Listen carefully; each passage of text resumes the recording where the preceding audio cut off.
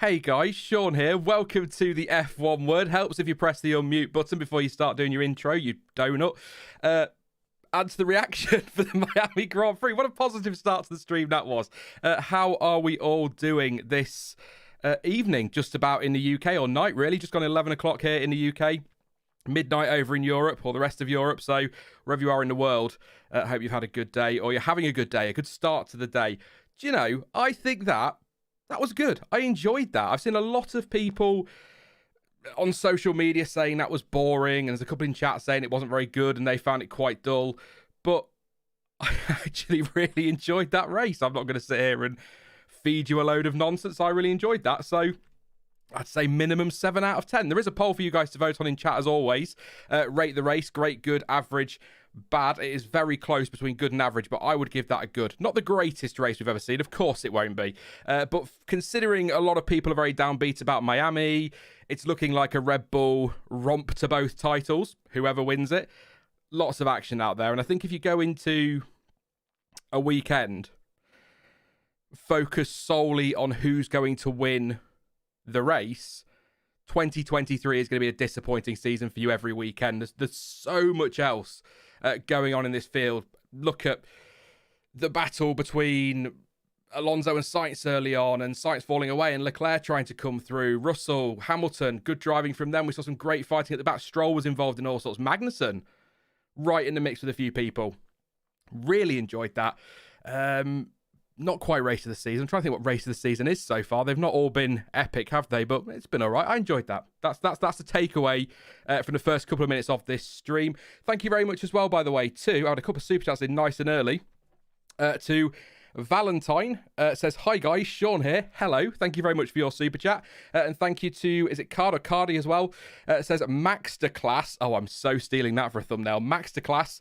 And just a really enjoyable, intriguing race. Intriguing is a good one, which was kept amazingly clean without any flags. Action up and down the field, and vote to give Alonso a TV in the car so he can watch the race. Thank you very much to both of you for your super chats. Absolutely. We'll come to Fernando very, very shortly. I'm on my Todd tonight, so we are going to be shooting through the field. I'll take lots of questions and get ready for a stream full of yeah, because that's my kind of catchphrase when I do these solo. Should we run through the field? We'll run through the field. Let's get through this relatively quickly. I think we can. Max Verstappen, victory for Red Bull today from 9th on the grid. Confirming you could start him from Mars and he'd probably still win.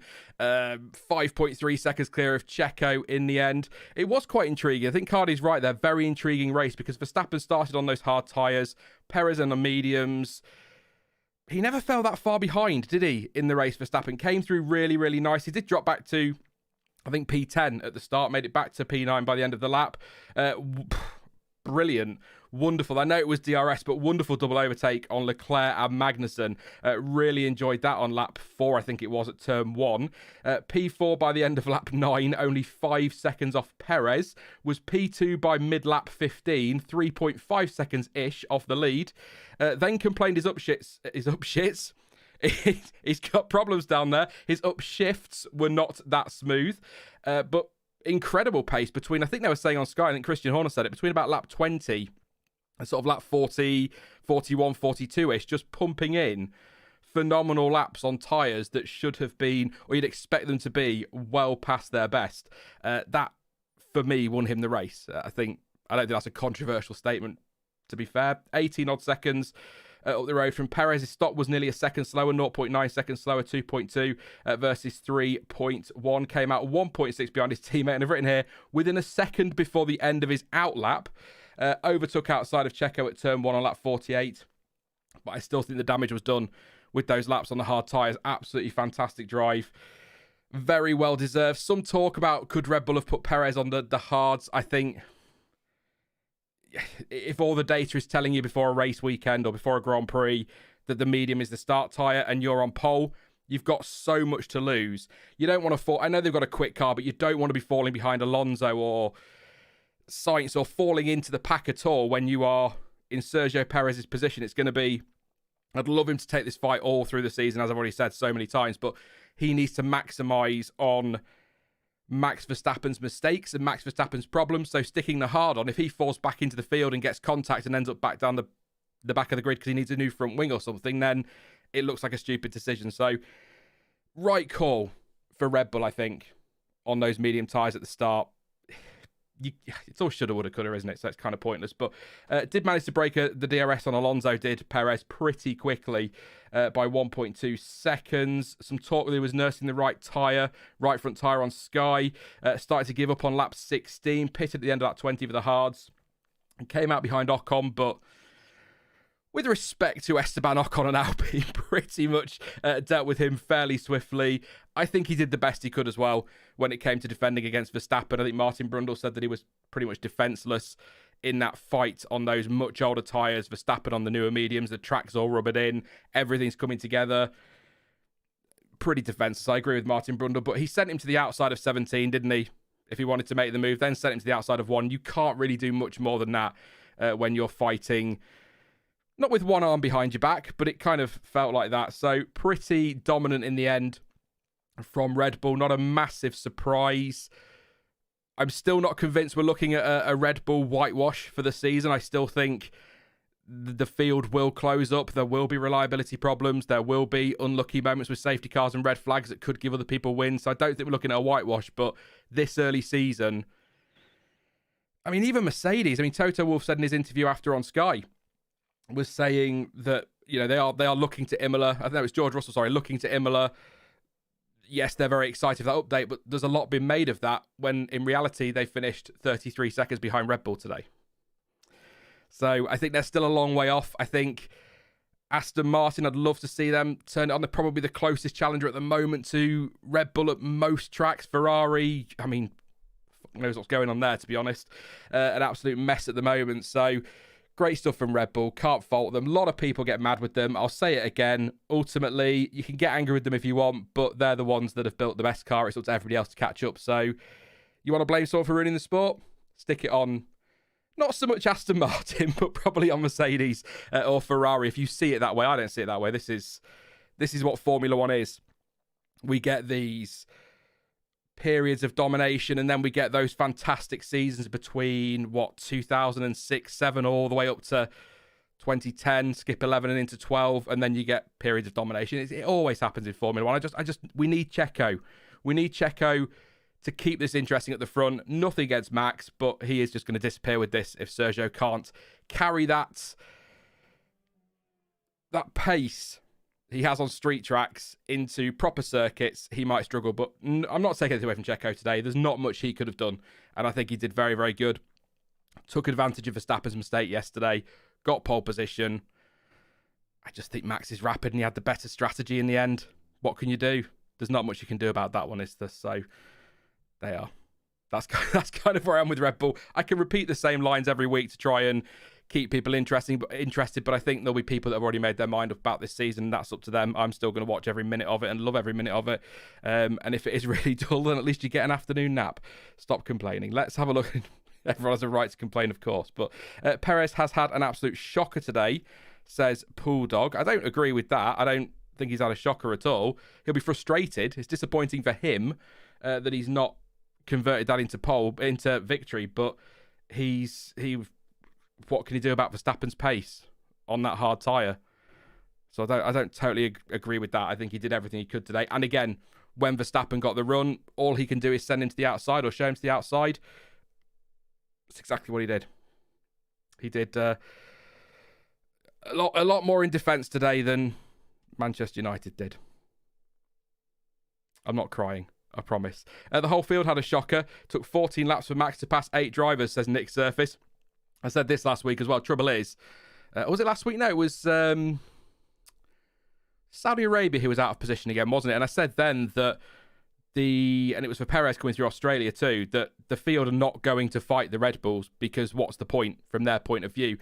Yes, they're out there to race, but is it worth losing 3 seconds in a fight with Verstappen, who's going to cruise past you anyway, and that costs you a point at the end of the race? So there's no point in them fighting that. It is frustrating.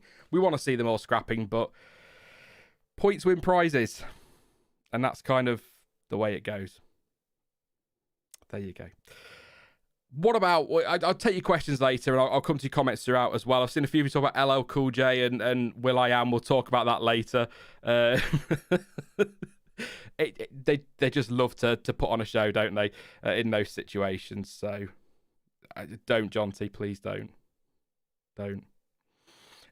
We're not I've said one thing about football. We're going no further with it. This is a Formula One channel. You can give me some grief about it later if you want. Definitely. Fernando Alonso, P3 for Aston Martin. Where was Lance Stroll in the end? Down in 12th place. Great drive from Alonso. He cut it a lonely race. Where was he? 6.9 clear of Russell. 20 seconds, nearly 21 seconds off Perez.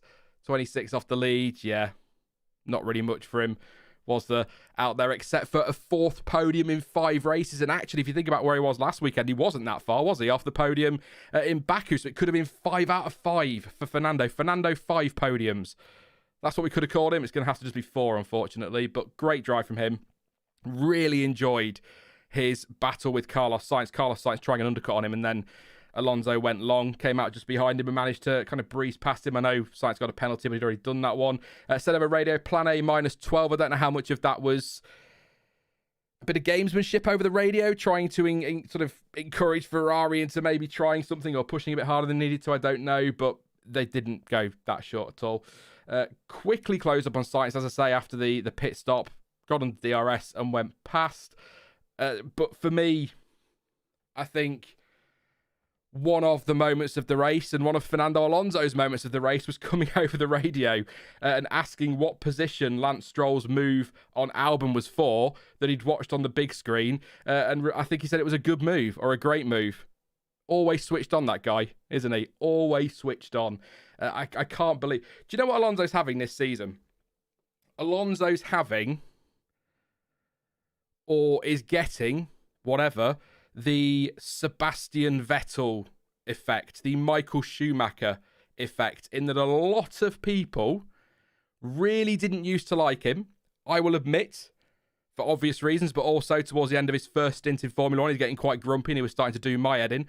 A lot of people really didn't like him. Toxicity this, grumpy that. He's come back and he's probably one of the most liked drivers in the paddock because he's just so chill. I maintain he missed Formula One. He knows he missed Formula One and he loves being part of Formula One. And he is having so much fun out there. Helps that he's got a competitive car. We will say that, but that's the same for most drivers. They get grumpy if they don't have a competitive car. And he's kind of, because Schumacher came back with Mercedes and a lot of people warmed to him in that brief second stint back in Formula One. Sebastian Vettel, once he sort of moved on from Red Bull and eventually in his latter days at Ferrari and moving to Aston, a lot of people warmed to him. And I think that's kind of what's happening with Alonso, except he's just being a legend with it and delivering some absolutely fantastic results for Aston Martin, who I keep having to do double takes, by the way, when I look at the championship, were 8th, 7th last year in the standings.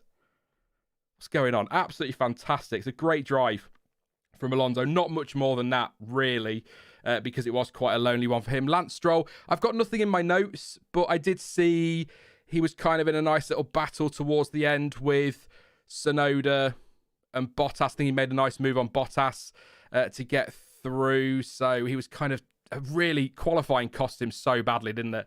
And he just didn't have the pace in the end to come back through the field. So P12. No points. Very disappointing for him and for Aston Martin. I don't know how critical that's going to be, or how critical actually Stroll, or how costly Stroll could be if he can't hit consistency later in the season. It's a little bit early to be talking about that too much. What's he done so far in 2023? If I open the right page, I might find out. Who knows? Lance Stroll, 6th retirement, for 7th.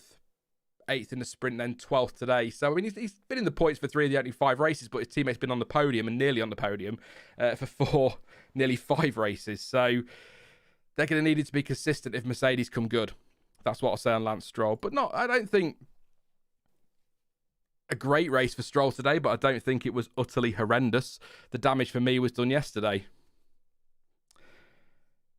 That's kind of where I see Lance Stroll today. We saw a bit of him, didn't we, in that fight in the midfield? There's quite a lot going on in that midfield, to be fair. And he was sort of part of all of that. But there you go. He is where he is, 12th place. No points and his teammates brought home another podium. George Russell, I'm going to fly through these because I want to just talk Formula One with you all rather than reviewing it or trying to review it in a live stream, which is not easy to do. George Russell in P4, Lewis Hamilton in P6 for Mercedes. Russell complained of some big vibrations early on, but sorted that out. Was another one really involved in quite a lot of fighting, lots of overtaking, was overtaken and did some overtaking, so that was really good to see. There were some team orders sort of at Mercedes. Hamilton was told not to hold Russell up when he was coming through and he was the quicker driver. Hamilton eventually let him go. George thanked him, but I think again another brilliant team radio moment was Russell when he says, is that Perez or something like that ahead? Is that how close we are to Perez? And they said, no, it's Sargent. He's a lap down. That was a lol moment. I was like, okay, not quite yet, George, but maybe you'll close the gap eventually, but you're a little way off that at the moment. I think really good race for George. Verstappen got driver of the day. I think Russell definitely, when we get there, deserves a nod, a bit of recognition for his drive today, 4th place, especially given the pace of that Mercedes in practice and in qualifying. I think it was almost, I mean, they weren't far off it in Q1, were they, at one point, but they managed to get themselves out of that with no drama with red flags or yellow flags, which could have cost them big time. But Hamilton out in Q2, it looked like it was going to be a rough one for them, but it came good for both of them, actually. 4th place for Russell, like I say, 6th for Hamilton. He had a bit of a scrappy start, a little bit of contact with Hülkenberg off the line through turn 1. Sandwiched between two cars, a little bit of contact, nothing major. He was concerned there was some front wing damage, but Bono said that it looked fine, so that wasn't a problem. Again, told not to fight his teammate. Did say over radio he can go through, but I'm not backing off, and then ultimately did pretty much straight away let him go. Lovely move, by the way, on Charles Leclerc for P6 on lap 54 as well. So really good to see the Mercedes being able to go racing this Sunday. So good stuff from them. Yes, that's how we roll. He sort of sang that, didn't he, Zero line? Kind of sang it. I'm not going to sing it for you, don't worry. I'm not that kind of guy. So I might sing to finish the stream. But yeah, a little bit of singing from George Russell. We had some good team radio today, as well as some good racing. Usually when team radio's the topic, it's not been a great race, but we did have some good stuff. Yeah, I think they've got to be happy with that. And given... I know Mercedes' benchmark is to be winning world championships. They're not at that point at the moment. They haven't got the car to do that. But I think if you'd have offered them 96 points from the opening 5 races after sort of how they felt after Bahrain, I think they'd be quite happy with that. They wouldn't be ecstatic. They wouldn't be like, oh, yay, we're back, fantastic, we're so amazing season, brilliant. But I think they'd be quite content with that, especially given that Ferrari are...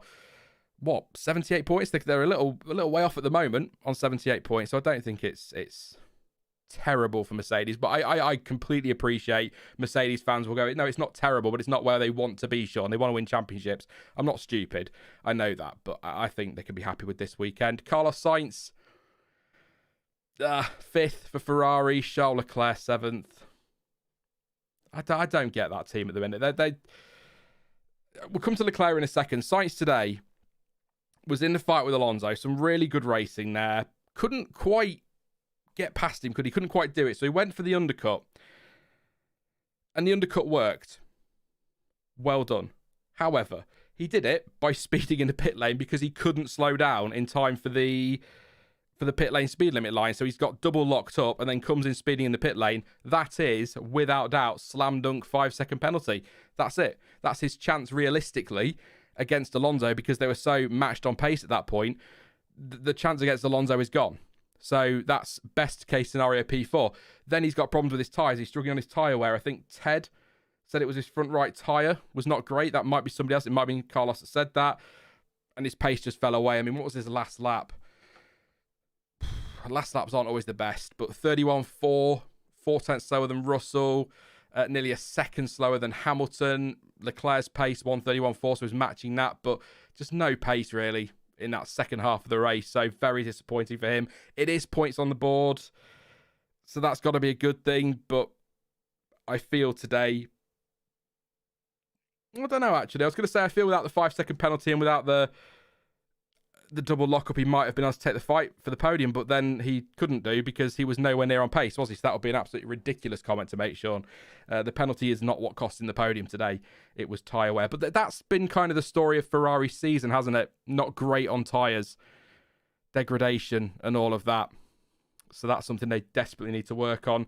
Charles Leclerc really struggled to pass Magnussen today, but they had, I think, one of the best battles of the day on track. I really enjoyed Magnussen versus Leclerc today. Fantastic stuff. So thank you for that. But he tried the move, couldn't get past. Then tried again on lap 12 at turn 1, went in too deep, and Magnussen cut back up. You'll see some pictures of it in a bit. Cut back up as they went through the corner. Let's see if I find that picture just while I'm on the topic, because I usually have a guest on. If you knew, I usually have a guest on. So the pictures are there for them to talk and me to waffle along, but obviously I'm going a little bit more quickly today because I haven't got somebody else to come in and give a view. But he came back underneath, did Magnussen, and just retook the position. The key for me today, he kind of got caught up in a little bit of a DRS train, I suppose you could call it, with Hülkenberg, Gasly, Stroll, Magnussen. That cost him time for a while. He started P7, he finished P7. Not a great day. The problem for Leclerc is, again, like Stroll, the damage was done quite literally yesterday. Twice, actually, wasn't it? Because did he crash? No, it was FP2 he crashed in. So he crashed in FP2. Not as heavy as he did in qualifying, which put him down there, which is what has ultimately harmed his race today. Too many mistakes from Charles. Too many mistakes from Charles. So a really interesting point on the old Twitter yesterday. I think it was Nate Saunders of ESPN. It might have been somebody else, so apologies if you're in chat by any chance. Any of you were the ones that said it. Said something along the lines of Leclerc is making too many mistakes at the moment to be world champion, isn't he? And my first thought was, first of all, well, he's not going to win the championship this year anyway, but I get the point. I think, generally speaking, if he had a competitive car, he's making too many mistakes to be able to take the championship over the course of a season, which I don't think is harsh on. I don't think that's a criticism. Well, it is a criticism, but it's not. I'm not being toxic towards Leclerc before his fans start. He's just making too many mistakes. And I think that's reasonable. But I saw a response that said at the moment, yes, but when Ferrari get their act together, hopefully he'll have sort of ironed that out. And all I could think to myself was, once Ferrari get their act together, Leclerc will probably have retired by that stage. So I don't think, because that's just, look, I like Ferrari. I was a Michael Schumacher fanboy. Of course, I've got some love for Ferrari, but you cannot deny, even the most amazing Ferrari fan who can think they can do no wrong must be able to say it's not good enough at the moment from the team, and Leclerc is making too many mistakes. It was Sainz last week. We were talking about not really having the pace in Baku. This weekend, it's Leclerc. It's not good.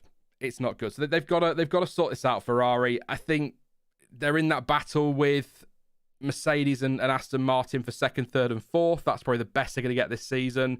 Same for those two teams as well. But I thought Baku was the turning point. With the pace, it just kind of, they were there, weren't they? Pole for Leclerc in the mix, and I thought, here we go. Here they come, finally. Where you been? You know, with 4 races in, lads. Crack on.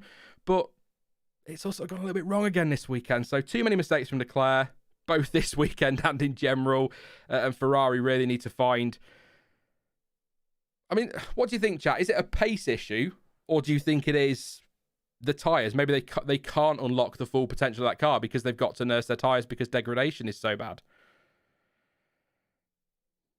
People have said that for Max a few years ago. 17. Yeah, absolutely, Lee. I'm not saying that. I'm not saying write Leclerc off. He'll never be a world champion. He is a rapid driver, very good driver.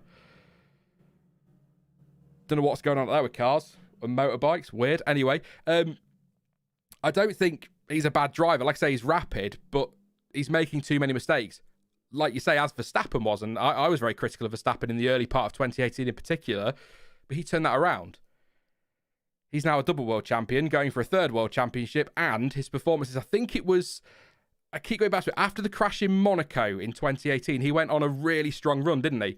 And he kind of turned it around. And that's what Leclerc will probably do at some point. And he's not making these mistakes every weekend. He's not in the wall every weekend, but it just seems that, because I think he was, maybe pole might have been a stretch yesterday, but I think he was in the mix to be right up there, third possibly at worst, and then he makes a mistake that throws it away like we've seen in other situations like that. So Nick says, tyre deg issue, they need to switch to Bridgestone. Oh, flashbacks. Yeah. So it might just be that we'll see. See if I get a press release from them before we end this stream and see if they said anything. They're not generally too critical of themselves in press releases. So disappointing for Ferrari. Would love to see some more from them. Let's take some of your comments. Just prioritise super chats. I don't think we've had any more since those two. No. So let's see what you guys are saying in chat. Raoul, good evening, mate. Says Leclerc is also trying too hard. Those magic laps don't happen out of nowhere. On the car, they gave up corner speed for top speed, and now they have neither. Could be, yeah. Trying too hard is a good shout. Ferrari aren't fast enough, says Lewis. They are compensating by running more downforce so they can qualify well, but it chews through the tyres in the race. There was some talk as well, wasn't there, in testing about the tyre degradation. They were concerned about that. So, yeah, Jonty says, just want Italian anthem back. It's not the same without it. It's I'm going back. I'm stealing it again from Aldas. It's his line. He said it on a testing stream, and he's so bang on. There's just, when Ferrari are winning, everything just feels right in Formula One. That doesn't make you a Ferrari fanboy, but you see Ferrari winning, you hear the Italian national anthem, you go, yes, this is Formula One. Good TV direction for once, says Random. Random, our fella. I agree. Saw lots of action, even went back and showed some replays that we missed, didn't they? There were a couple of things, though, that we didn't see. There was something between unless we did, I might have missed it, but there's something between Stroll and Norris, I think, that got investigated. And I don't recall seeing a replay. They may have shown it, but I didn't see it, so much better. Soon you can have it from Kimi, says Daniel Jonty, for the Italian national anthem. And everyone is a Ferrari fan, says Raoul. F1 won't be F1 until Williams are dominating again. And one more comment. The Zero line says, and Aston haven't even bought an upgrade yet. Have Aston not bought an upgrade? I'm racking my brain here. Which AT? Alpine did, didn't they, last time? Maybe that's what I'm thinking. I'm trying to think. They must have bought something, even little. I mean, not any. I don't think they bought a major upgrade package, which is interesting. Lewis says Alonso is their upgrade. I'll come back to that one. I might ponder that. We'll do some Googling later and see if there is anything that's been bought recently. But you might be bang on there. I'm just trying to think. I can't think of anything massive.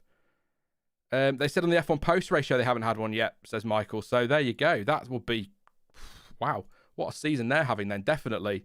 If they're managing, I mean, just shows how good the car was at the start of the year, doesn't it? But yeah, Ferrari, come on, turn it around. I want to see Ferrari get good. I want to see it. I miss them at the front. It was so nice last weekend to see him on pole again. It didn't really work out, did it? So, where do we get to? Pierre Gasly, P8 and Ocon P9. Double points for Alpine. If you watch my previews, you will know that my predictions for Baku are finally coming true. Just at the wrong freaking race. Not horrendous this week, but a lot of what I said for Baku seems to be coming true today. Or did come true today. So that's a little bit frustrating. Apparently has to bring upgrades for Imola and Monza.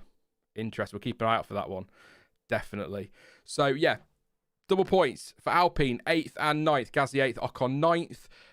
2.5 seconds between them. Actually, Gasly only 2.6 off Leclerc in the end. So, very strong day for them. Gasly was running P4 for quite a while, like he was in Australia as well, wasn't he? Which was quite a moment. Wonder if you might be able to turn that into something. Not quite. The only notes I've really got, aside from the same as I've said for a lot of the others, and you'll get it for a lot of these in the midfield, they're all kind of...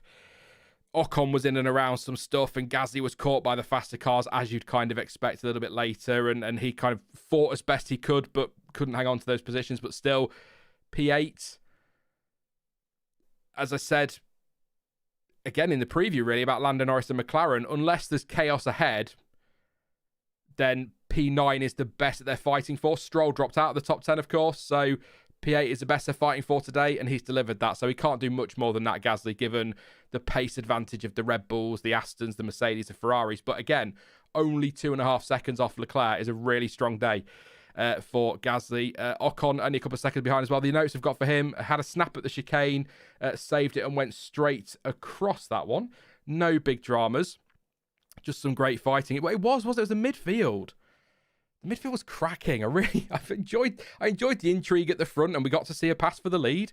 We had some good fighting in behind with the other top teams, if you like, but in that midfield, it was so tight, and it was all weekend. So good stuff from Alpine. Really good way to bounce back from what was a disappointing couple of last weekends, wasn't it? Australia all fell apart right at the end, and Baku wasn't great off the top of my head. I don't think Gasly scored knock on. I think it was a little bit sort of the pit lane, didn't he, in that one? So it wasn't great. So good stuff from them. Haas, Magnussen 10th and Hulkenberg in 15th. Also love the fact that I'm going to get through this order really quickly. We're 35 minutes in already, so I clearly can't do quick. So yeah, good stuff from Haas. I've already talked about Magnussen in that really nice fight with Leclerc. Point as well for Haas and for Kevin Magnussen. I feel like he needs that. He's not had the start to the season he had last year. I know very different this year with cars and things, but that's only his second points finish. Yes, all right, fine. Hulkenberg's only had one, but that was a 7th place. But I think good stuff from Haas this weekend. Actually quite surprised. And then one of my surprises of the weekend, the fact they had that pace, because 4th place for Magnussen on the grid in qualifying. I mean, what was that about? Fantastic. I know we had the red flag late on, which kind of, I'll talk about that in a bit as well, which kind of stopped people being able to go for another lap, but still 4th place. Fantastic. Absolutely fantastic. I read that wrong. Sorry. Haas were quite good at the beginning of the race. They fell away a little bit, didn't they? But it was that battle between Magnussen and Leclerc that I'm kind of remembering quite well. Hulkenberg was at the front of a bit of a DRS train at one point. He pitted and kind of fell back. He was quite... Where was he off his teammate? Sort of 2 seconds off Albon ahead. So he was, good 10 or so seconds off his teammate, I think. 12 seconds, yeah. It's not amazing for Hulkenberg. I've not got the pit stops in front of me. One stop, I think. Everyone pitted once today. So it's not like he made an extra stop or anything like that. But enjoyed that one. Enjoyed the DRS into 17 and then the return serve down the home straight, says Greg. Absolutely agree, Greg. If you've been here before, you'll know this. I always love when you have... they've got it in Bahrain. They have it in Abu Dhabi as well, and some other tracks too. They've got it here where you've got a DRS zone with its own detection point, and then straight after it, you've got another DRS zone with its own detection point. I like that. It gives you that chance for cars to fight back. You get a bit of strategy. We saw it with Verstappen today. Leclerc hanging back on Magnussen, didn't he? While we're talking about Haas, he did that one. So I like that. I think that is, we've got to have DRS, which we, let's face it, do at the moment. That's the way to do it. Give a car a chance to fight back, or force a driver to think, do I want to make the move here, or do I want to do it at the end of the next one? Because that throws some variety in there. Nick says, K-Mag almost lost P10 to Tsunoda. Hulkenberg also struggled on race pace. Haas tyre deg is as bad as Ferrari. We did see, well, like I say, we saw some Haas action against a Ferrari, and it's becoming, again, they said in commentary, quite normal to see other Ferrari power cars passing the works Ferrari for one reason or another minute. So they're not going to enjoy that one. Not going to enjoy that one. Good point, no.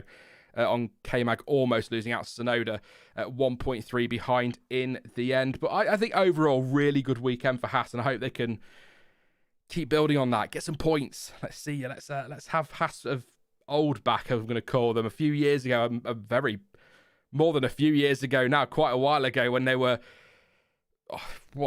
Australia 2018 always sticks in my mind, and what a result that could have been for them.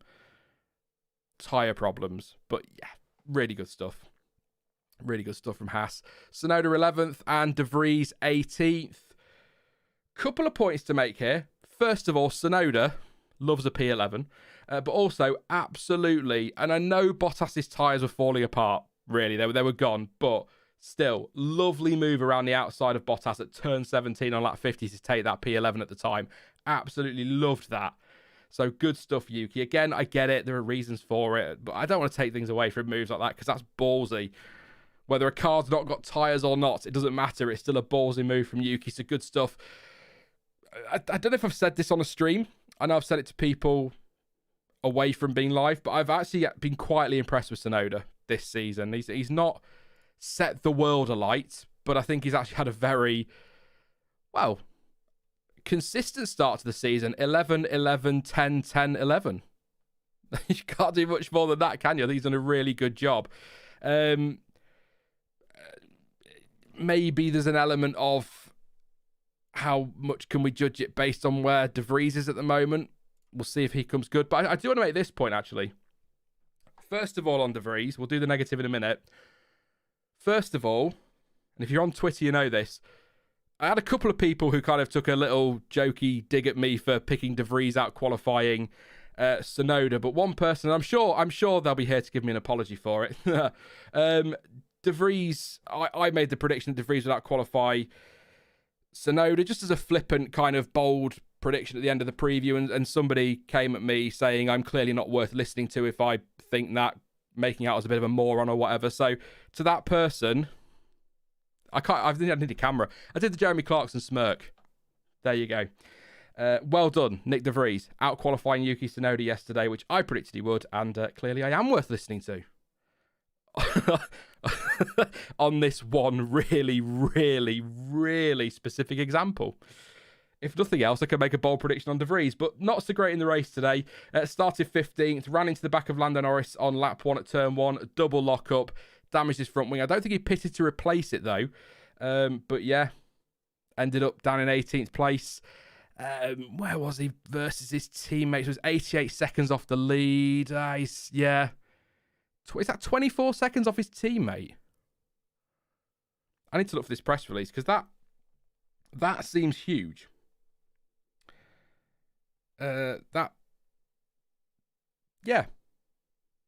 24 seconds off his teammate in the end. So if you know in chat before I can find this, please do let me know. But I'm just wondering why that is. Did he do himself some damage, some proper damage that has cost him at that first corner incident? Because it doesn't say he pitted more than once.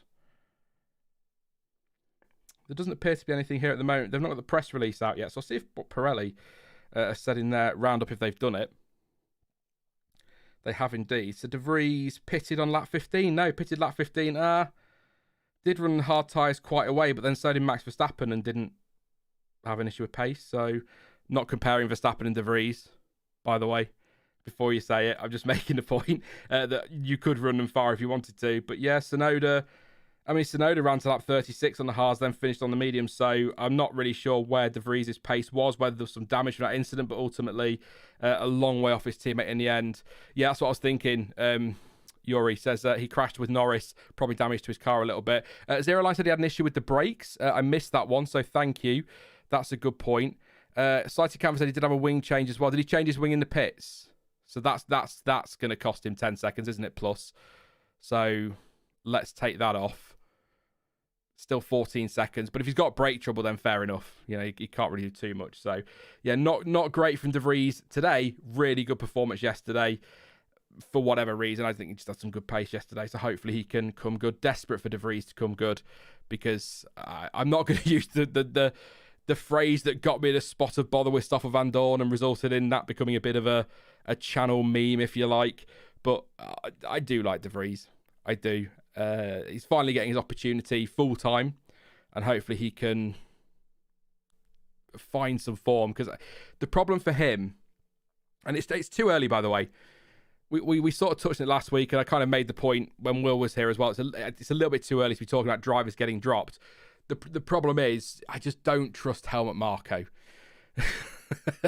I don't trust him, and I'm not saying Daniel Ricciardo would want that seat, but he has got Daniel Ricciardo waiting in the wings if he really needs to make a change. So I want De Vries to come good. We're only 5 races in, long way to the summer break when any decision like that will be taken, long way to the end of the season. So hopefully maybe take the positive from yesterday and build on that going forward, and maybe it'll come good for him, because I'd like to see him do really well. I still feel like he is a bit of a stopgap, and maybe Yuki is this year as well, even though he's had a consistent start to the season. I think they are kind of a stopgap for, I suspect, we already know there's a hefty change coming next year with a new team principal for AlphaTauri. I wouldn't be surprised if they're Toro Rosso again next year, and I wouldn't be surprised at all if we have a couple of juniors in there and they go back to doing that, bringing some juniors through, fresh start. I can see that. So hopefully not. I'd like to see De Vries get it right, but I just know that they're not going to take that for too. But then the car's not great, is it, this season? It's not horrific, because Tsunoda's been consistently either in the points or just outside of them. So it's not a terrible car, but It's not the Alpha Tower of a few years ago when there were question marks about whether they were the 4th fastest or something crazy like that. So, Free says if Lawson does well in Japan, Marco loves that. Very true. Liam Lawson is probably one of the best placed, isn't he? And I always forget his name. The young lad in F2 who seems to have some pretty impressive pace. I was going to just say the Red Bull Junior in F2. Take your pick. Iwasa, that's it. Thank you very much, Juna. Iwasa. He seems to be quite a popular one among fans and possibly a popular one with Red Bull, but maybe a little bit too soon. Maybe they'll give him another season. We shall see. But like I said, we'll do proper driver transfer speculation a little bit later. I've said this so many times, but I like to get about a third of the season out of the way before we start talking about who's under pressure, because, like, seriously talking about it, because I think you've got to give people chance. So many variables. And we've not really... You look at the circuits we've been at as well. You've got Bahrain, Saudi Arabia, Australia, Baku, Miami, some very different tracks in there. Some similar, but some very different tracks. So some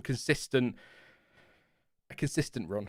I know what I'm getting at. We'll do it another day, though. We don't want to talk about that too much today. Where do we get to? Valtteri Bottas 13th, Zhou Guanyu 14th. I have nothing on them, apart from the Bottas losing his tyres and that bit of a fight with Tsunoda. Was involved in a few little bits of scrapping Bottas, so good to see that. I'm loving the fact he's just embraced. I mean, how well does he fit in Miami with that mullet and that mustache on the grid? It just looks like the right place to be, rocking that kind of look. So that's one thing I'm going to say for you. But yeah, I think decent from Bottas today, decent from Zhou. I don't think that Alfa Romeo is as quick as I hoped it was coming into this season and as good as they were at the start of last year. Actually, the point was made in practice, which is an excellent point.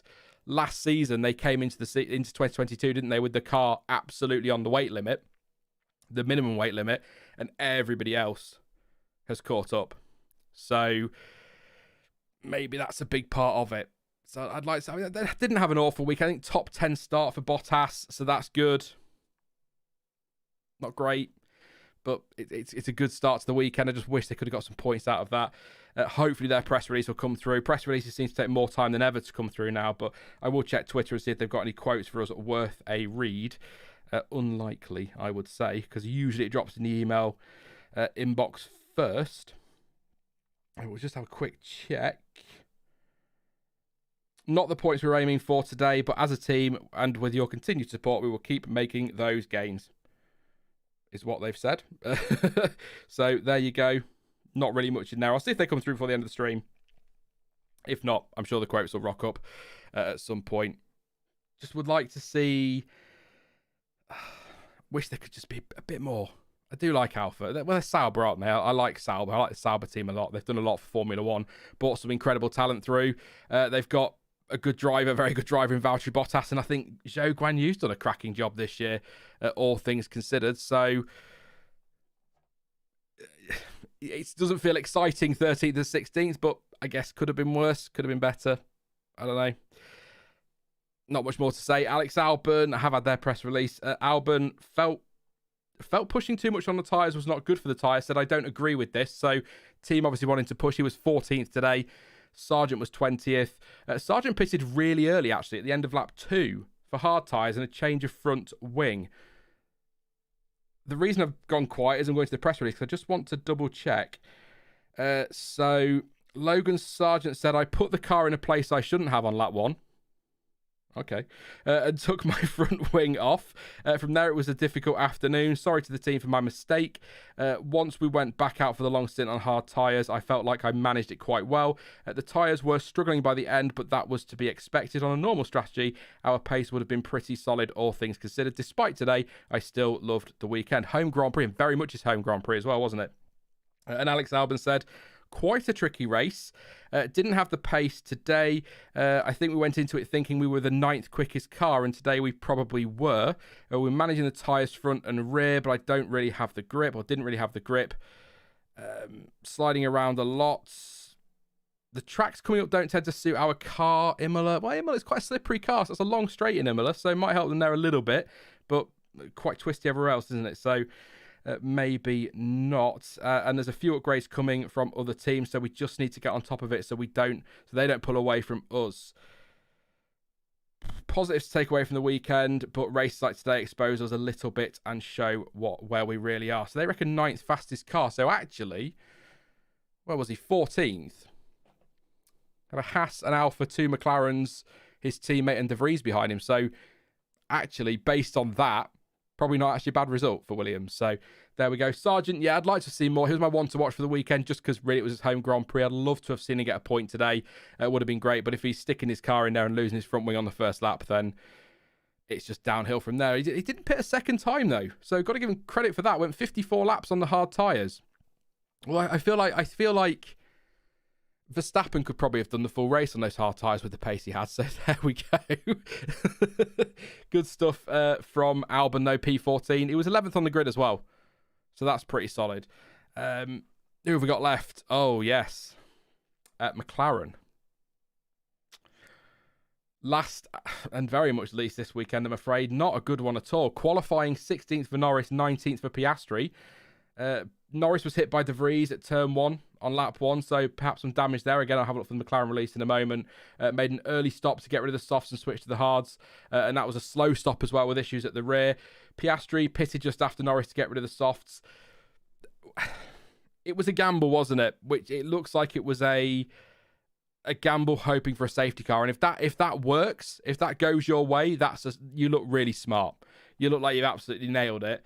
Doesn't go your way, it looks a bit of a silly call. But if there's a safety car on the first lap and they're pitting under that safety car to put on the hard tyres and then they're going to try and go as far as possible, maybe to the end, it's a great strategy. It just didn't work for them today. It didn't go their way. I mean, it is quite amazing that we got through the whole Miami Grand Prix, which is basically a street circuit, with no yellow flags, no safety cars, no red flags, no retirements. Quite amazing, really. It's just very disappointing for McLaren. I don't know what's going on. They got 14 points. I mean, they're level on points with Alpine. So it's not like they've not picked up some points and they're not in some sort of fight. But again, a bit like Ferrari, I thought I could see a bit more from them with the upgrades coming that we saw. And I just really disappointing. But I need to go and see if Norris had any damage. He must have had something because De Vries did give him a very big wallop, didn't he? It wasn't a slight brush. Ran him into the runoff, actually, I think. So I'd be surprised if there wasn't some sort of damage. Piastri's pace, he had all sorts of problems as well. Struggling with a long brake pedal. That was apparently a software issue, not a mechanical issue. So it just sort of wasn't McLaren's day today. I've not got anything here on there. They're not many press releases out at the moment for some bizarre reason. I will see if they've got anything on their website, though, because they've got their little... What do they call it? It's a little area, isn't it, where they have all their sort of roundup of the race. So we'll see if there's anything on the McLaren Racing website just to confirm that. Or if you know, let me know in chat. I can give that a read for you. But no, they've just got the qualifying wrap-up at the moment, which is a shame. A real shame. Yeah. Nothing here at the moment. So I'll keep an eye out, see if anything comes up. But I'd be surprised if there wasn't some damage to Norris. And again, like I say, software issue with the brake pedal for Piastri, which saw him 23 seconds off De Vries. So, what's that? 25 seconds off his teammate in the end. So that's going to cost him there. Not great. I mean, I'm not going to go in on Piastri if he's had an issue. And I'm not going to go in on Norris if he was run into. And I'm not going to go in on the McLaren drivers if the car's just not been good enough this weekend and the strategy didn't work. But was expecting more. I put them as my 5th fastest for this weekend. And they were nowhere near 5th, were they? At all. All weekend, actually. What was the qualifying result? Because there was no De Vries in the back of him there, was there? So let me go and have a look. If the website wants to load, which it does not. There we go. So qualifying. Norris, like I say, where was he? So 16th. 128.3. I mean, it wasn't far off. It was only a few hundredths off getting into Q2. But, I mean, that was pretty diabolical on Saturday as well. Just a weekend completely to forget for McLaren. So before I go on to driver of the day and that, if there's anything I've missed that is absolutely needs to be called out from the race, please do pop it in the chat. I'll read that. I'll take some of your comments as well now. Then we'll do driver of the day. Then we'll do some Q&A. Then I'm off to bed is the plan for this one. Next up, by the way, three races in a row. We've got a weekend off and then 3 Grand Prix. Imola, Monaco and Spain. We've had the newest track with Miami and Jeddah and all of that. Now we've got 3 classics in a row, which should be fantastic. That re-signed long contract with McLaren means nothing, says Will. I assume talking about Lando Norris and some conversations in chat. Yeah, it's. I've said it before that contracts mean nothing in Formula One, not worth the paper they're written on. That's not entirely true. Of course, they're worth the paper they're written on. But if a driver wants to get out or a team wants to remove a driver from a contract, there are ways to do it. There are clauses. There are all sorts in there. So the big question, isn't it? How long? He's still young, but how long is he willing to give McLaren to get this right before he says, "Do you know what? I'm off. I'm off." We don't have a weekend off at all. IndyCar on the... Well, you don't, Jonty, but I don't watch anything other than Formula One because... I've said to you before, by the time I've done with F1 for the weekend and watching everything and done content around it, especially with the things that are changing for Imola, a lot more streaming across a race weekend, then I'm not really thinking I want to watch any more motorsport. I'll say I feel at the weekend I might try and watch it, because they've fallen recently, haven't they, on F1 weekends, which has kind of made it a little bit like, ugh. By the time I get to Monday, I might think about it. I know the result. I know the result isn't always everything, but it's not the same going into a race, is it? Definitely. The Imola weekend will be long. F1, 2, 3, and... Is Freca? Am I allowed to say Freca, or do I have to say Freca? I get told off when I say WEC, that's all. Is it Monaco Indy 500 doubleheader again? Oh, that should be fun. That should be fun. Alpine loving Piastri at McLaren, says James. McLaren is basically a blind man throwing darts. Sounds like a description of Ferrari at times as well. Clinton says, shame that Piastri had a brake problem. Absolutely. Like I say, it was a software issue, not a mechanical one, apparently, was what Ted Kravitz was saying. So Clinton also says, Piastri had a killer start. So I've missed that one. So there we go. We've given that a mention as well. Yeah. I'm not seeing anything in chat that we really need. Don't know why we didn't see Perez's moment that Sky was talking about. Says Cash. Good point. Yeah, good shout. There was a moment, wasn't there? We didn't get to see it, so we don't know what it was. But Perez, he lost... Was it over a second to Verstappen in that moment or something like that? So, how... I don't think that affects the result, does it? I mean, we still want to know. We still want to... We'd still like to see the incident, but I don't think it changes the race results. 2 seconds running wide, says Nick. So, didn't see that one. It's something I'd love to have. I'd love to get access to F1. I don't know if F1 TV works with a VPN. I've seen mixed comments. Some people saying it doesn't. Some people saying it does. NordVPN said to me when they were sponsoring the channel this time last year that their information is it doesn't work with F1 TV. Or Nord or VPNs don't work with F1 TV, but they must do, because I know there are people in the UK that watch through a VPN, because I'd love to get F1 TV. I will say, random little tangent here for you. I'd love to get F1 TV because it's cheaper than having a Sky package. However, I did also get on the phone this morning to Sky and save myself £50 a month on my package. So I'm feeling pretty happy today. Yeah. That's some information that you all really needed to know. But there you go. Multi-viewer is the other one that I'd love, because that looks fantastic, doesn't it? I've seen it on Twitter. So occasionally you have to use a different server. But yeah, I'll have a look into that. That would be really cool. Even if I have it on top of Sky. As weird as it sounds, I just want to see everything that's going on everywhere. Would be nice. And I feel like the F1 TV build-up might be a bit better than the Sky build-up. I'm leaving it there. Right. Driver of the day. One surname in chat. Who are you going for? Max Verstappen got the official driver of the day. And he's got my driver of the day as well. As I say, I think that absolutely George Russell deserves a shout for his performance today. Fernando Alonso, quite a lonely race, but third place. Really good drive. I think he deserves that. I think Gasly had a good weekend. I think Magnussen was strong today, but I can't look past, whether it's in a rocket ship or not, I cannot look past a driver who went from 9th on the grid, made no mistakes on Sunday, and managed to win the race, especially that, as we keep saying, that period between lap 20 and lap 40 or whatever it was, where you're thinking those tyres are going to fall away in a minute, and then he puts in a fastest lap and another fastest lap, and you're going, wow. As long as he's quick, they're going to leave him out on the tyres. They did, and I think he absolutely deserves that. So Max Verstappen for me on this one. Actually, I found it quite an easy one because of that performance on the tyres, but also coming through the field. I know people don't fight the Red Bull like they would other cars, but it's still got to do it, hasn't he, at the end of the day? So Max for me.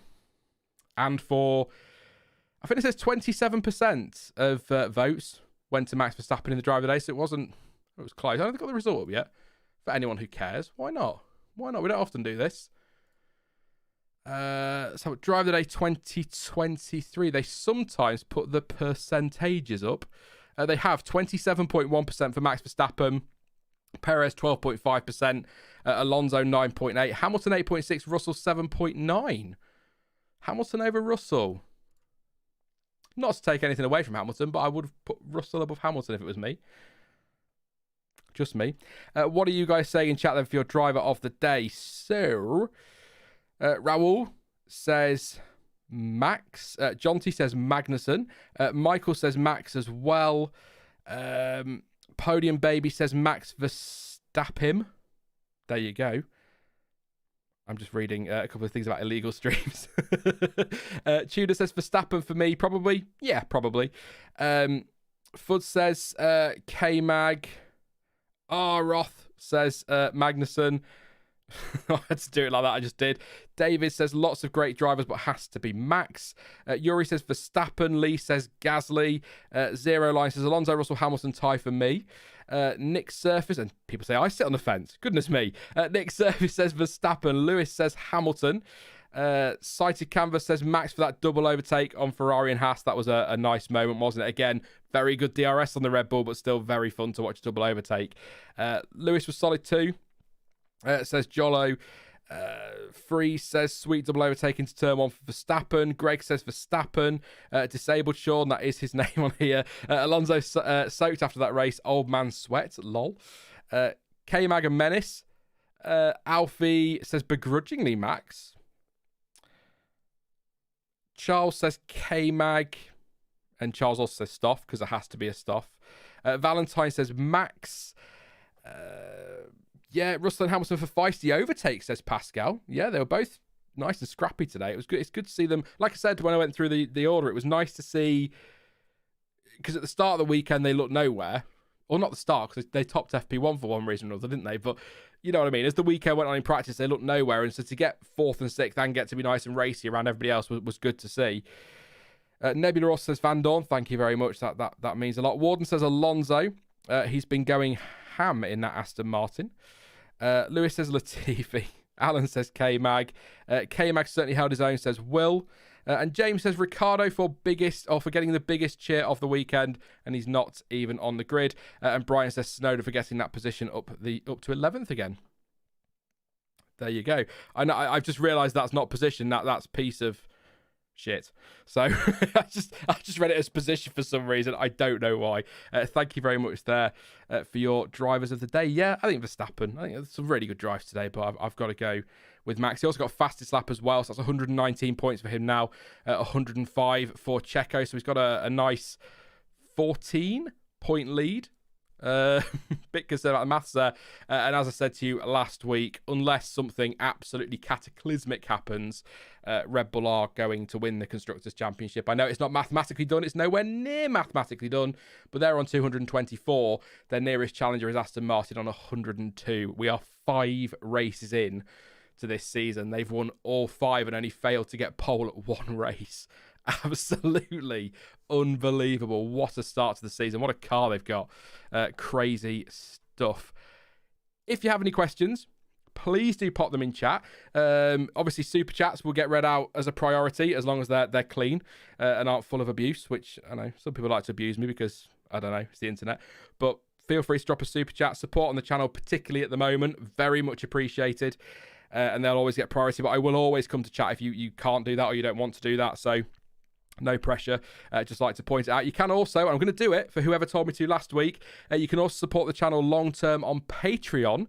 Got 3 or 4 new patrons when I mentioned this last week. So thank you so much to all of those of you who joined Patreon. Good stuff. Should be more active in Discord as I'm trying to sort things out. I'm in such a mess this side of things at the minute, so I should be more active over there once I've got things under control. 2023 has been a bad year personally. Don't worry, we're not going into that now. It's not been a good year personally, so just about catching up, so that's good stuff. Looking forward to the triple header and the season really kicking on now between now and the summer break. Don't forget to drop a like as well. 467 of you still here. Thank you very much for your support. 136 likes. Let's get those likes up, and don't forget to subscribe as well. There'll be content to come before Imola, and then, as I say, some pretty big changes to the streaming and content schedule across Imola, Monaco and Spain weekends planned. Going to trial it for 3 races, see how we go, and then make adjustments as required. John T coming in, what is it the kids say? Coming in clutch, or whatever it is, with a very good idea for a Saturday stream. So thank you very much, mate. You will get a shout out. I might even just call it John T Stream. John T Stream idea, live. It's a good idea. So yeah, thank you very much. I do also want to just say a massive thank you, because it came in well after a stream last week. In fact, I don't even think it was after a stream. I think it was just in the week. I want to say a massive thank you. I won't read your surname out because I know not everyone will want me to do that. But thank you so much to Ryan, who sent me a very generous, or sent the channel a very generous, it's not donation, is it? But super chat, really. Over on PayPal. Says, I love your channel, Sean. Thanks so much for the time you put into everything to entertain me each week with the light-hearted but researched content. I always look forward to your content. It really gets me through the working week and gives me an hour or two escape. You really do bring joy to my life, and you seem like a great bloke. You're very good at what you do. I mean that, and I often wonder, would it be cool if F1 replaced Crofty with you? I'm not quite sure about that one, Ryan. It would be awesome if you could, and I think you'd do a better job. All the best, and thanks again, mate. Cheers, Ryan. Thank you so much, Ryan, for that very generous, we'll call it contribution over on PayPal. Really, I wanted to give you a shout out on this one because I don't think do much about it on PayPal, so thank you very much. Yes, I appreciate that. So questions, what we got? Ideally about the race, it can be F1, in the wider context. We'll sort of have maybe 15 or 20 minutes and then call it a day. Maybe go to the hour and a half, which is about 20 minutes actually from here, to be fair. I did make, at one point I did want to, or 2 points actually I wanted to make. So I was a little bit worried when they said they were reducing DRS. Was it 75? They cut it to 75 meters. Sorry, I'm having a drink at the same time. So I was concerned that we were going to have a detrimental effect on the racing, like we saw in Baku, where they shortened the DRS zone, and it really did take away from that. And I know that a lot of people hate DRS in Formula One, and I know that ideally we want to see close racing and overtaking without DRS, but that's where F1 is at the moment, and we need these DRS zones. But they worked today. I was really concerned they weren't going to work out, but they actually did do a pretty good job. I felt like the back straight was about right. That felt about right to me. There were moments where cars were just breezing past, of course there were, but there were also, we saw quite a lot of late braking moves into that sort of final proper corner, turn 17. So I think that worked really, really well, and worked well elsewhere on the lap. And I think I'm pretty happy with that. I was just concerned. That we'd end up with another Baku situation, but it wasn't too bad at all. I think there was even the drivers in the drivers' meeting were worried about that one. So really pleased that worked out. The other thing I wanted to talk about as well, or at least mention, was the red flag in qualifying 3. Now, I went back and watched it before the race. So when Leclerc crashed, the very second the yellow flag came out, there was 1 minute and 58 remaining on the clock. Now, pole time was a 1:26.8, and the slowest time was a 1:28.5.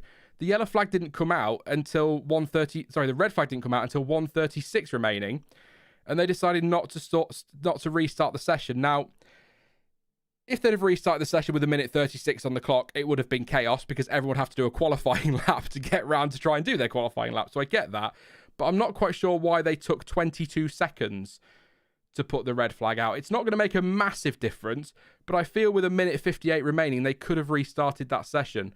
And I'm not sure it would have made a massive difference to the grid because, maybe Verstappen would have been up there and it would have been a slightly less interesting race today if he disappeared with it. But because they've had to push so hard in their outlap, it would have given us some action, a little bit of drama and a bit of excitement and a bit of unknown, but it might not have changed too much. But I'm just very surprised they took so long to put a red flag out, which was, in my opinion, a completely obvious red flag. It was qualifying, a car was in the wall. I don't know if they had to get the rule book out to find out what a red flag was. I don't know if they've forgotten since the last time they used it, but I felt like that could have been restarted. It has reignited the argument about should a driver have their time deleted if they cause a red flag. Leclerc was 7th at the end of the day. It's not like he took pole, so I don't think it needs to be that big of an argument, but it's an interesting conversation people like to have. And is it IndyCar that do that? They are a series that delete times if you've brought out a red flag, so maybe it's something F1 can look at, maybe it's something they will push for, but it wasn't the controversy that we had in Monaco, for example, last year, or when Leclerc crashed a couple of years ago in Monaco. So just something to bear in mind that when that crops up, that's an argument that's going to come around. So interested to know what you think. You can let me know in the comments. I'm not really sure. Honestly, that sort of thing with red flags, it's just something that happens. It's potluck a little bit, and sometimes it goes for you, sometimes it goes against you, but also I can understand why people might worry that that's something that could be gamed a little bit. Maybe. I mean, it's not like any driver I've ever supported tried to bring out some kind of yellow flag or something by stopping really weirdly at Raskas. I mean, as if. Or sliding down to Mirror Boat. Oh no, my tyres are locked up. Oh no. But you could game the system even without red flags. But it just seemed weird to me. I think it was it was an obvious red flag, and I'm surprised it wasn't thrown pretty much immediately. And I know 22 seconds doesn't sound like a lot, but we're dealing with a sport where 1,000th of a second can make all the difference. So, just something I wanted to say. I'm not bothered. I did want Checo not to have pole. Ultimately, I think even Verstappen fans will turn around and say, well, Max made a mistake on his lap and Checo didn't. He deserved pole, regardless of the red flag. So, there you are. Get your lap in. It's a street track-ish. I had to explain to my partner the other day why it's a street track, but it doesn't actually go on any streets. That was a fun conversation. Even I'm not quite sure, but there you go. It is a street track, but there you go. Fastest lap should be deleted, so it could potentially leave you with either one lap or a chance at getting another lap, says Warden. Yeah, that's fair enough. Any machinery, any machinery on the track should be a safety car, says Jack. Well, in qualify, it'd be a red flag, wouldn't it, in that situation? But yeah. Single lap quali fixes everything, says Lewis. Not sure about that one. Are you worried Fernando will take over your channel as he is the man of many talents, says Alfie. Well, possibly. Well, you'll know, won't you, in Imola? Starts doing the reaction stream from the cockpit on the last lap because he's having a bit of a boring race. You know, he's a bit bored, bit of a lonely one. Hey guys, Fernando here. That'd shit you all up, wouldn't it? Why aren't more people upset that recovering cars now equals automatic safety car when 90% it used to just be a local yellow until 2019 when Massey came in, says the Zero Line. Well,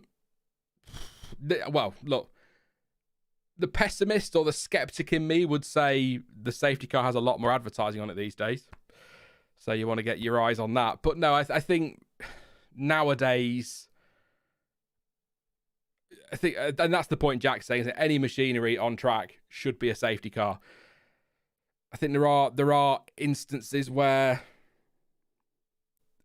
there have been some questionable calls with a safety car. Let's not go too far back, but I think in particular, was it Jeddah, where Lance Stroll stopped in a perfectly safe position and GPS had said, actually, the car's on track, so they threw a safety car because they weren't sure what was going on. Safety first. I'd always rather see a safety car, a virtual or otherwise, and then play it safe than take a risk with people's safety. But we do see a lot more virtual safety cars than safety cars now. Particularly virtual safety cars. They're a relatively recent thing in F1 history, aren't they? So, been around a few years, but I think there are certain things I look at and think that could be covered under a double waved yellow. I'm very aware John is in the chat, and I'm probably going to get told off in a minute. Our awesome safety nerd. I'm going to get a ticking off, but I think there are some things you go, I think you could cover that under double waved yellows, but they throw a virtual safety car, which is as good as a double wave yellow, isn't it? Or a full safety car. But yeah, certainly with, again, like Jack says, any equipment, any machinery on track, got to be a safety car now. Oh yeah, I know you were, John T. It was, but the problem was the GPS, wasn't it? With the Stroll one was telling them the car had stopped on track, and sort of put the car in different positions. They've got to make that call, safety first. It's time to retire the McLaren, says Will. Is it time to retire the Williams, says Cranky. I'm optimistic about Williams' future. I think James Vowles is doing a cracking job there. They've got a very good driver in Alex Albon. I've got it in my head that them with Andretti would make a hell of a team.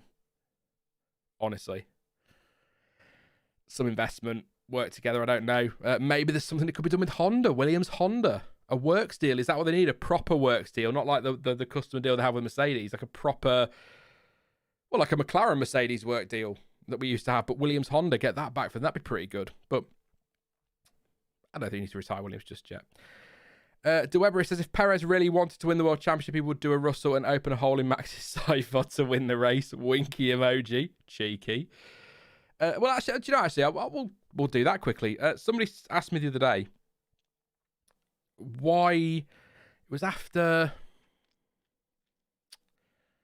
Could have been after Baku, but it was essentially why... What has Sergio Perez got to do to prove to people that he can win this World Championship? He's won 2 of the opening 4 races, was the point made. Half the races at that point of the season. And I'll be clear from the outset, most of you will know this, I'm a big fan of Sergio Perez, and I've been a big... John T has as well. We've had many a stream where we have defended Sergio Perez and waxed lyrical about the guy. We really like Checo on this channel, we really do. What he's got to do is take that street track form and translate that into pace and results, victories really, on a proper racetrack. It's all right being the king of the streets.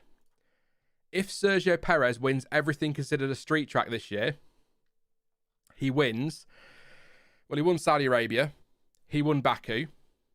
He will win Monaco, Canada, Singapore, and Vegas. That's 6 wins. Okay?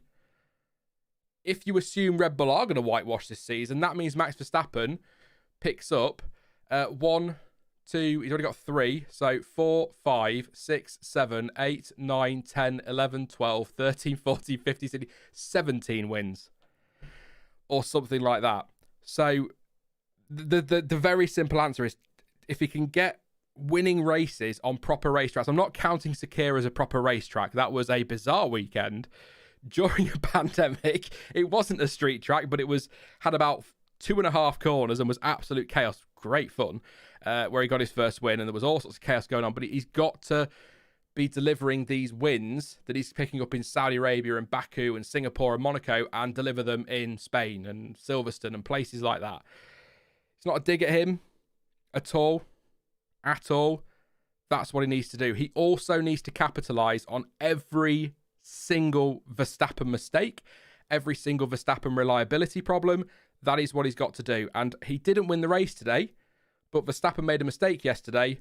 Who was there to capitalise? Perez. Yes, it's easy when you got the fastest car, but Barrichello didn't always capitalise when he had the fastest car. Irvine didn't always capitalise when he didn't have the fastest car, but you know what I mean.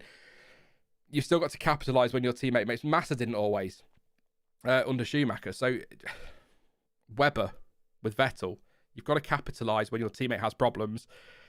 Couldn't convert it into the win today, but did all he could yesterday. So I'm not taking anything away from Perez. And it does seem crazy that he's won 2 of the opening 5 races and a lot of people are dismissing him. It's just, aside from street tracks, it's difficult to see, without winning on proper tracks, how he's going to win the World Championship.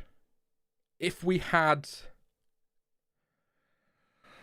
I don't know, Aston Martin in the fight, Mercedes or Ferrari in the fight for the championship, then they're taking points away from Verstappen.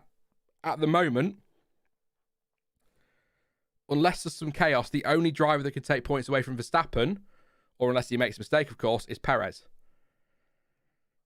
It's difficult. I will not completely rule him out, because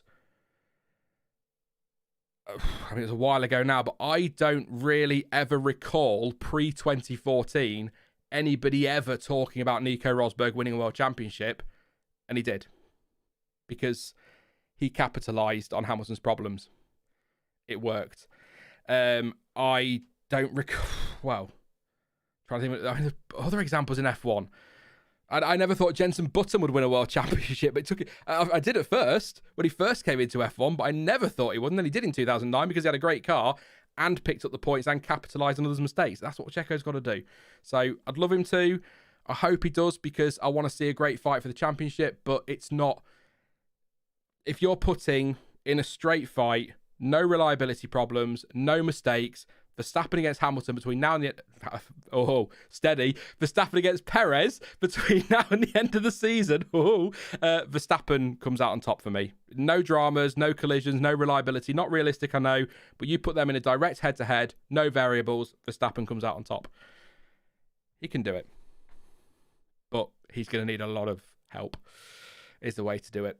And that's why I think Max will win the title. I think he'll be a triple world champion. Red Bull will take the constructors if they haven't already. It could all be done by mid-season with Red Bull, couldn't it? So that's how I feel. See, I don't think Webber was that. We'll get into this another day. I don't want to do it today because we're going to wrap up in a moment, and we'll maybe look at doing a stream before Imola, and we'll talk about, maybe look back a little bit at some of the. Talk a bit more about Perez and look back at some of the great second driver performances in seasons and things like that. That'd be fun. Maybe do that. But maybe see if Jonty's free for that. That stream's got Jonty written all over it before I even said it. I'll talk to you at some point, mate. We'll maybe arrange something between now and Imola. But I don't dislike Mark Webber, but I wasn't really that much of a fan. I don't think he was anywhere near as close. In fact, do you know what, Jonty can have it? Webber was never ever remotely close. Thank you very much, Jonty. You said it, not me. But that's just how I feel. But yeah, I feel, and actually, Cranky just said Rosberg was much better than Bottas. So my concern is people are bigging Perez up like they used to big up Bottas too much this season for the championship. So. Oh, come on, big man Pat. One season. 2010. All right, then. Let's have a look. We'll do it. We can do it. 2010 F1 season. One season. Where is he? Let's get this thing up. Mark Webber finished third in the standings. What's that? 14 points off Sebastian Vettel. So, congratulations. Third place. We'll all remember that. 2011... when Red Bull had the dominant car on the grid, Mark Webber was third in the standings, over 100 odd points behind. I'm not going to do the maths now, but he was a very long way away. You see where this is going. 2012, he was not really in it at all, was he? That was, what a season. I'm never going to get over 2012. I don't care. He was sixth in the standings. Long way off the championship fight. I think the point Jonty's making, and I know the point I'm making, is not that Webber was a bad driver, or in my opinion, there wasn't a point where he had a chance at a championship or anything like that. But he was never. I mean, look at 2013, nearly 200 points behind his teammate. So that's in one season. Yes, he had a very good season in 2010, but overall, it was nowhere near Vettel. And that was kind of my point with Barrichello. Barrichello, much better driver than he's ever been given credit for. I know he's up against Michael Schumacher, or he was up against Michael Schumacher, but he was never that close. Even in seasons where he wasn't a million miles away from Schumacher, at no point in those seasons did you think, Rubens has got this. So, yeah, I'm not having a go at Mark Webber. I'm not saying he's a crap driver, because he wasn't a crap driver, but John says, just to come back in that one, John says in 2013, the best Red Bull by a mile. Until that point, Webber had half of Seb's points. So, yeah, that's the point. Not that Webber was never close, but across the 4 seasons where Red Bull won the 4 titles, he was only close once. Which is, yeah.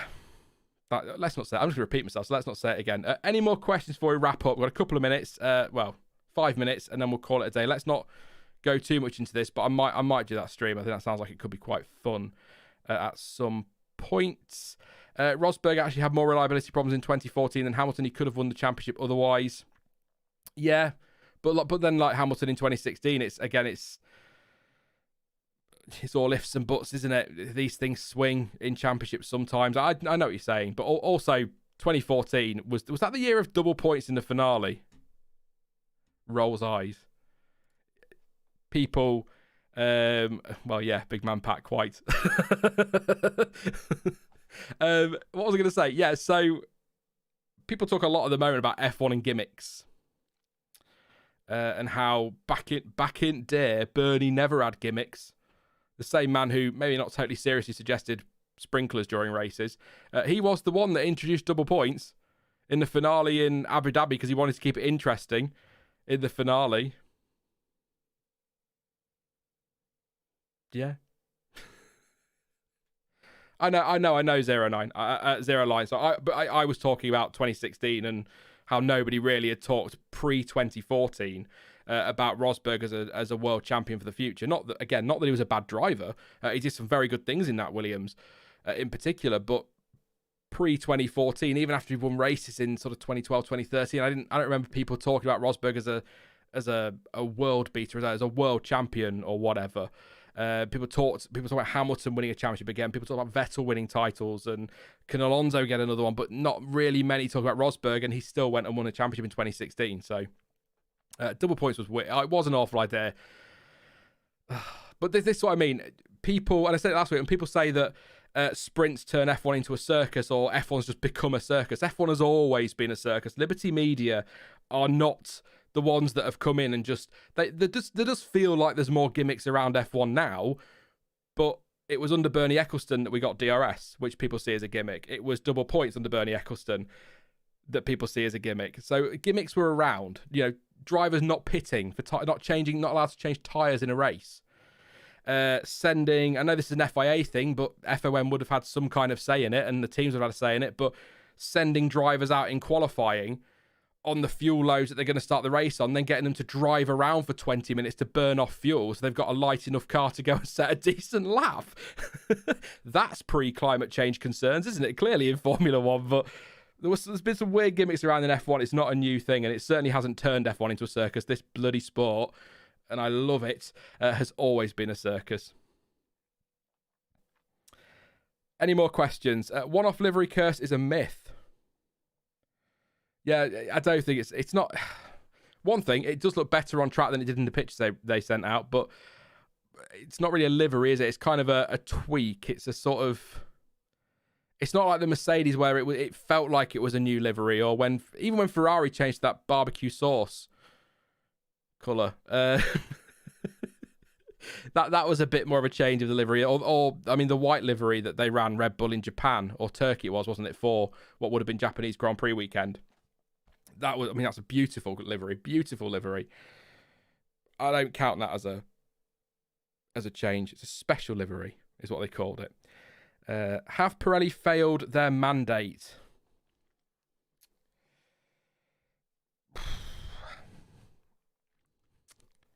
That's a very good question.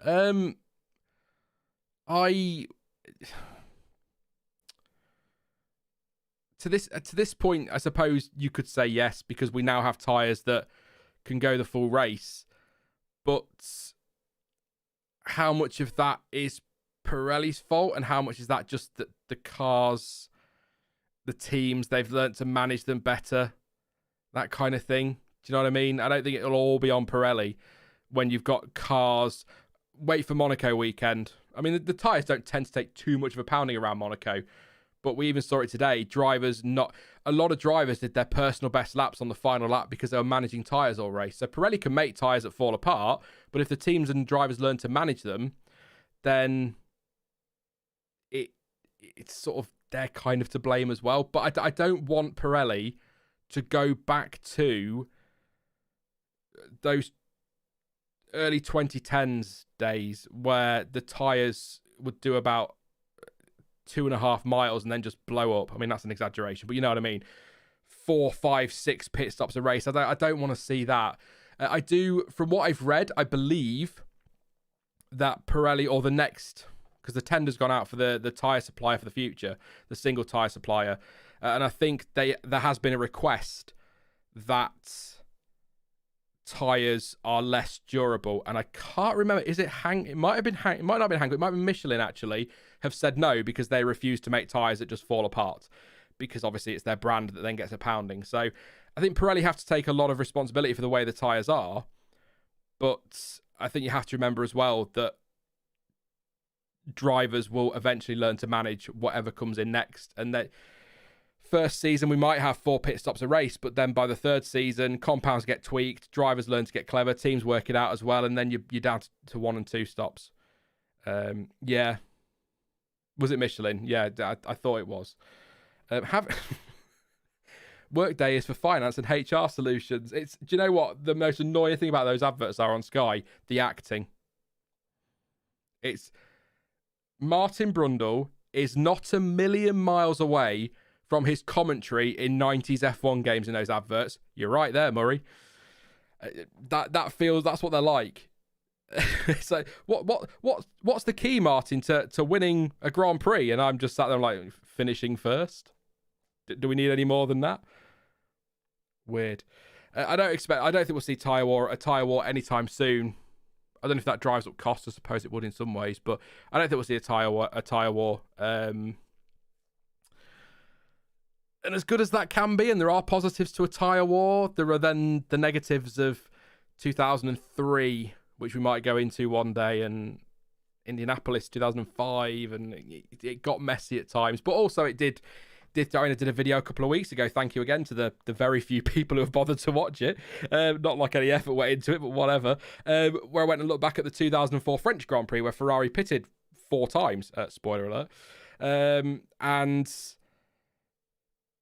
the difference between how the Michelins worked and the Bridgestones worked gave us that chance for that strategy to even happen. So there were lots of positives around a tyre war, but there were also some really bad moments and some dodgy stuff. So. And not ideal. People already complain about drivers not having a chance due to their car. Add tyres equals another reason a driver might not be able to win due to something they can't change, says the Zero Line. Totally off the point, but I'll take your first line and spin it into something else. People are always complain that drivers are like PR machines, and then any of them show any emotion and they get criticised for it. I take my little digs about social media on here quite often, but I take a lot of it now. A lot of it's tongue-in-cheek because I take a lot of it with a lot of salt, and I don't think I take too much seriously that I read over there. I think we have a much better conversation over here on the F1 word in chat like we are now than you're ever going to get on Twitter. I know this is a form of social media, but I feel like this is a bit better than that. I think a lot of people here have brain cells, which helps. So, thoughts on that Bernie saying on Sky? Oh no, what that Bernie on Sky? I know she wasn't on today, but I can't help but think it was better without her. See, I love her insights. It's so nice to have somebody be able to stand in a commentary box or be there as a pundit, and when somebody says something about strategy, she can go, well, no, that's not how it works. This is how this works. This is how we do this. I like having that insight. I'd rather have Bernie Collins, Jenson Button, and I don't know, somebody who's raced a car quite recently, or somebody who's got experience in other areas around a Formula One team giving their views than, I don't know, LeBron James. I'm just trying to think, I don't even know if he was there this weekend, but that's the first name that came into my head when I thought about the USA. There you go. Somebody's watching too. Find other sports to watch. Or watch more most sports shows. Start watching other sports. John will tell me off for watching NBA. He's not a fan. No, I'd rather have more variety. It's fine having ex-F1 drivers, but I would rather have people from other places in the team that have the experience in strategy and stuff like that, because then at least you're getting the other side to the argument. It's why I'm looking forward to Monaco this year, because it's going to be about strategists rather than who can overtake, which is generally nobody. But also Monaco, it's not going to happen, is it? Rosberg in commentary is always good. Yes, I agree, Warden. A lot of people don't like him in commentary. I like him. He... Not heard him for a while there, trying to think. Maybe I have, but it's probably gone from my brain now. But I like that he's one that will rein Crofty in and be like, can we talk about what's on track, basically? What's happening on track right now? That would be... I'd rather that. 100% bring Bernie back, says the Zero Line. Please do not. Do not. Nico is dropping profuse knowledge and trolling at the same time, says Will. That's fair. Seb would be nice if Sky could get him. I agree, Raoul. I'd love to get Seb there because he'll just say it, won't he? He's not a problem at all. I'm not a huge fan of Nico Rosberg, says Fuds. He often turns things around to talk about himself, but he does have some interesting insights at times. Did you know Nico Rosberg beat Lewis Hamilton to the World Championship in 2016? Yeah. Bet you didn't know that. He's not mentioned it once. No, I quite like Nico. In commentary. Any questions? Otherwise, I'm just going to sit here randomly rabbiting on about nothing in particular. Anything about the race? Do you want me to just go over once again? Anything from the weekend we want to talk about? Anything about Imola? We're not worried about Monaco and Spain at the moment. We've got Imola up next in a couple of weeks. Oh, but yeah, all right. Yeah, I'm with you. Oh, it's all right, Zero. It's 12:30 in the UK. It's gone midnight. My past 9 p.m. my brain switches off, so I'm with you now. It's fine. Don't bring back Bernie Eccleston. Definitely bring back Bernie Collins. There you go. Yeah, that's fair. Big man Pat. If I beat Lewis, I wouldn't shut up about it. I think we'd be worse, though, to be fair, big man Pat, because we're not F1 drivers, so if we did it, it'd be even more impressive, so we definitely never shut up about it. Fair enough. Should bring back the Q2 tyre rule, says Adonis. Today is my birthday. Technically ended 30 minutes ago, but I haven't been to sleep yet. Happy birthday, and it's a Merry Christmas. Happy birthday, Warden. Hope you've had a good day. 21 years young, I'm sure. I don't know how old you are. That's what I've gone with.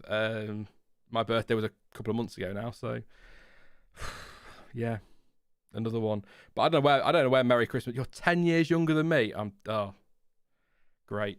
Opinions on the Massa situation, says Usman Khan. I think that's something I can go into a bit more in another stream, to be honest, because it's getting on now and I'm probably going to be wrapping up very, very soon. I'm already 6 minutes over when I said I was going to wrap up.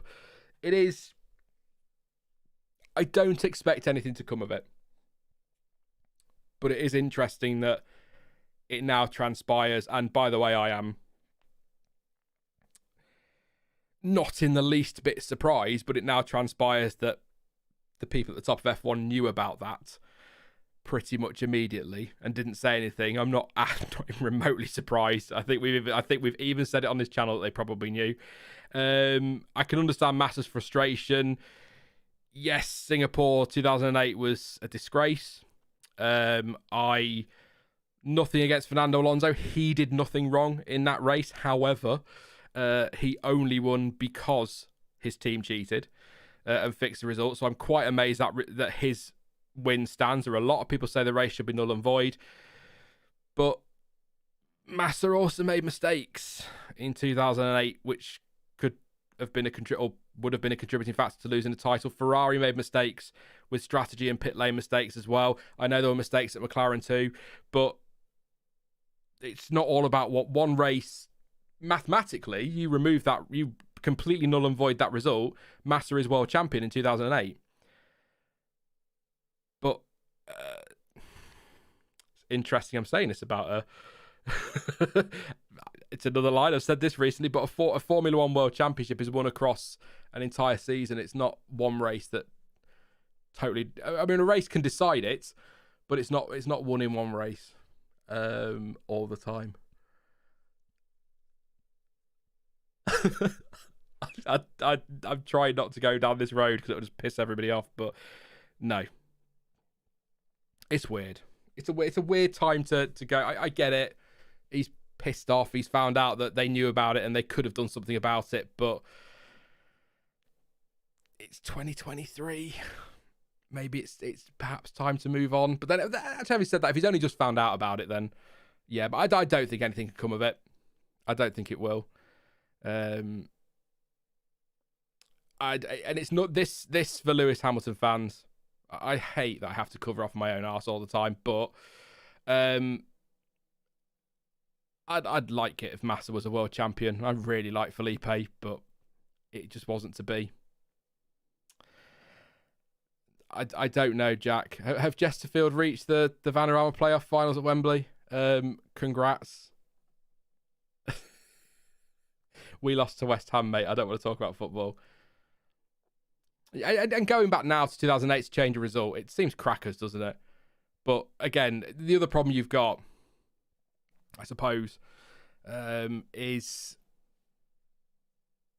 Bernie Eccleston says a lot of things. Oh boy, does he say a lot of things. The problem you've got in this situation is Max Mosley isn't there to defend it, is he? So I don't think there's anything that can be done anyway. You've only got Bernie's word, and Max Mosley's no longer with us, so he can't. And he was FIA president still at the time, I think, in 2008. So he would have been, yeah. So it's just not going to happen. But hey, look, if I was in Massa's position, I'd ask the question.